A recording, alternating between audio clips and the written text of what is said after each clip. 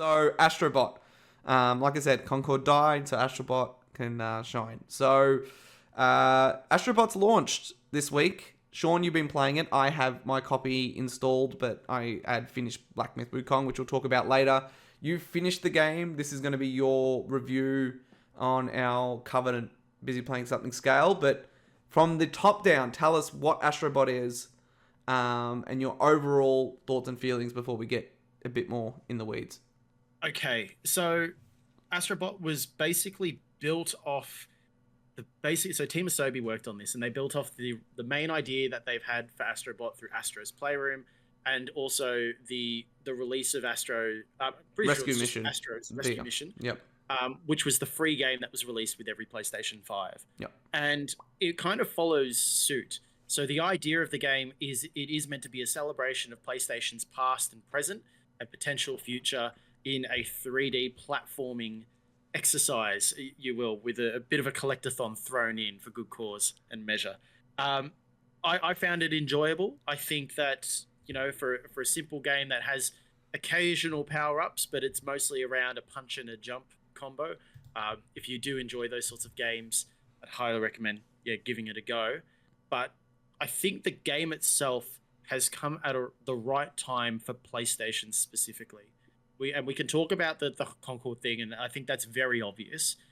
But at the end of the day, it's come at a point where it's a fairly short game. So I finished it I got the platinum in about 18 and a half hours, Perfect. Which according to the True Trophies website, I'm number 199 on the site to there you go. Platinum it, which is nice. Yeah, I should put that as a medal somewhere. Put that in your resume. Yeah, put that in my resume. Yeah. 199th on truetrophies.com to finish Astrobot. Here's my backlog. Yeah. Here's my backlog of 3,077 games. Yeah. I think that it's come not only at the right time because of the whole Concord thing, but because it is a short platformer. It's fairly simple to pick up and not quite easy to play. There are some fairly difficult platforming levels, but it's come at the right time, right before the big hits start to come along. The big AAA titles start to really come in. I think it's also a really good time for it to come as we're talking about exclusives with PlayStation, where, you know, we have some on both console and PC, or, you know, maybe they come to console, they're going to come to PC later. I'm pretty sure we're fairly safe in saying that Astrobot, because of the game that it is, the references that it has, is going to be a console exclusive. And I don't think we're going to have to worry about that coming to PC, to be honest, because most of the references are going to go over people's heads. If I had to find any sort of negative, I could twist the celebration of 25 plus years of PlayStation. 30 this year. 30 years this year. So if I want to twist it and say, yep, 30 years of celebration of PlayStation, I think it's also 30 years of celebrating PlayStation's graveyard. Because there's so many reminders of games that could be continued. Things like your Sly Cooper, things like your Infamous. Like these sorts of games, which, I know, Josh, you hold them in high regard. But we don't have new games for a lot of them. Like even there's Bloodborne in there. Okay, well, where's Bloodborne on PC? Like, we got the third party working on it in terms of not even PlayStation. It's just someone making a PC mod. But it's kind of a reminder that PlayStation has all these different IPs. Oh, yeah. And instead of focusing on what sold really well, like make a new Ape Escape or something like that, they want to focus on brand new IPs, and that's where the games as a service idea and all this sort of stuff comes in. So I think with the release of Astrobot, with the changing of the guard of Jim Ryan to Herman Holst, and with the changing of the perspective of, okay, well, maybe we do want to bring out those banger single-player, story-driven games or fun games, more about the fun than, the emotional experience. I think Astrobot's come at that really good time, and it could potentially lead to, a change in where PlayStation's direction could head. So, as much as it's like a fun game to play, and you really enjoy yourself while playing it. Like I had fun playing it, and I spent literally all day Saturday just playing it. I could have gone out, I played the game. I really enjoyed it, but I think that if you really wanted to delve into it, I think there is a greater message for what this game does bring, and you can kind of see that already in some of the critics. You can see it in some of the discourse online. It's not even really discourse. It's more people praising the game and asking, why don't we have more of these? Like, we don't need to have an Astrobot every year, but it goes to show that, with enough love and attention, and yes, they're going to talk about the 3-year development cycle of 60 people working on it compared to, your Concord and all that sort of stuff. You're going to hear about that. Yeah. But Team Asobi, they know what they're working with. They know how to build a world and a character that you care about. And not only that, they use the power of the PlayStation 5, not just about the pretty graphics, but the fact that you can have 1,000 different objects on the screen, all can be interacted with your character. So all gems on the ground, and you can hit every single one of them. And the particle physics, and even just the physics engine for that's the power of the PS5. So not only is it, like, in terms of gameplay, simple, effective, and easy to play, not only does it look cutesy, but it utilizes the power of the PS5 in terms of the vibrations on the controller for the DualSense, but also the physics engine in the different objects that you can have.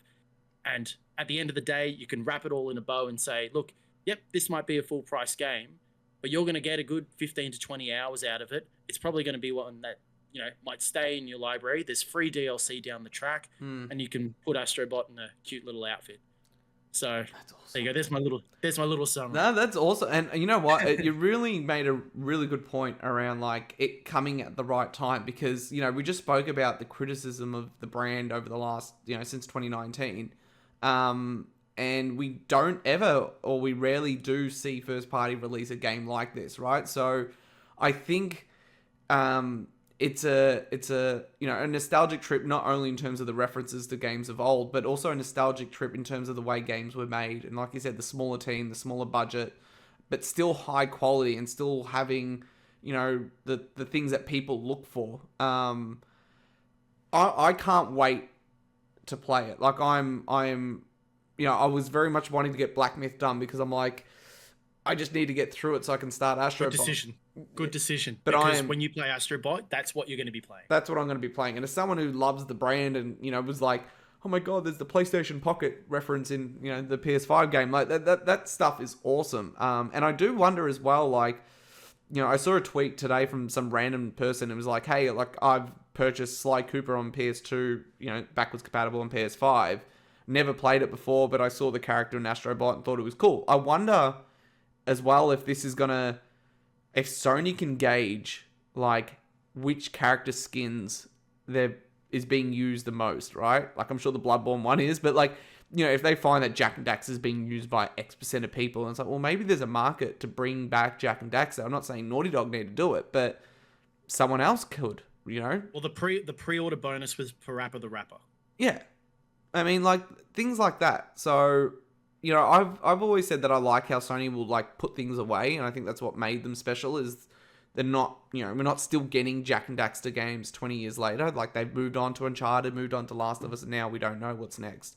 Probably more Last of Us and maybe something new. But that means they do have this back catalogue of IP that people do hold close to their, to their hearts. In terms of the Covenant review scale, where do you land on your official review? Do you want to go through the rankings so people have an idea what they are?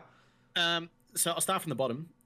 So we do have it from a 1 to 10, but I don't know, I really don't like it. So we've called it something else with our review scale. It's 20 points because we couldn't have 10. But we do basically, half, 1.5, yeah, 2, there's halves, yeah, and all that sort of stuff. So basically, we'll start at 1. So 1 is an actual dumpster on fire. 2 is unplayable. 3 is terrible. 4 is bad. 5 is meh. 6 is okay. 7 is good. 8 is great. 9 is amazing. 10 is a modern masterpiece. So I think, and this is me and my monkey brain. I don't like giving. Later. Yeah, maybe later. But I don't like giving 1s. I don't like giving 10s. 10 needs to be, like, obviously nothing's perfect, but 10, I don't like webs is as close to perfection. Yeah, I feel like we're too open with 10s. Like, people are getting 10s to everything these days.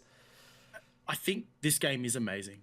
I think it really is, at least. And you look at Metacritic, which I'm sure you'll be able to roll off the numbers in a second, Josh. 94. We'll go to show that. Yeah, 94. So that's roughly where I'd be putting a 9 to a 9.5. Yeah. Because at the end of this game, like, I finished the game and I finished some of the hardest missions and I got the last of the collectibles, and I was able to put the game on the shelf and say, that one's done. I had a good time. But I know that, you know, if someone was to come around and say, hey, I want to play the PlayStation, but I just want to play like a little basic game or something like that, I can pop it out. And if it's not Job Simulator on the PlayStation VR, then it could be Astrobot. It's that type of game where you can go back and enjoy it.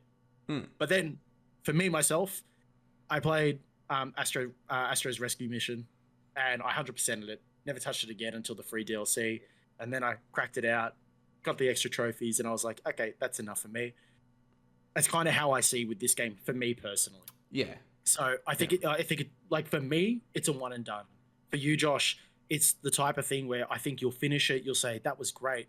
But then you'll probably spend another half hour in the archive looking at the different consoles and looking at the different characters and the kind of moves that they do when they're all scattered around, and, you know, the different references, the different outfits, and, you know, you'll dance with Crash Bandicoot and that sort of thing. Bring Nathan, my little 1-year-old, to sit down and be like, look, that's Spyro.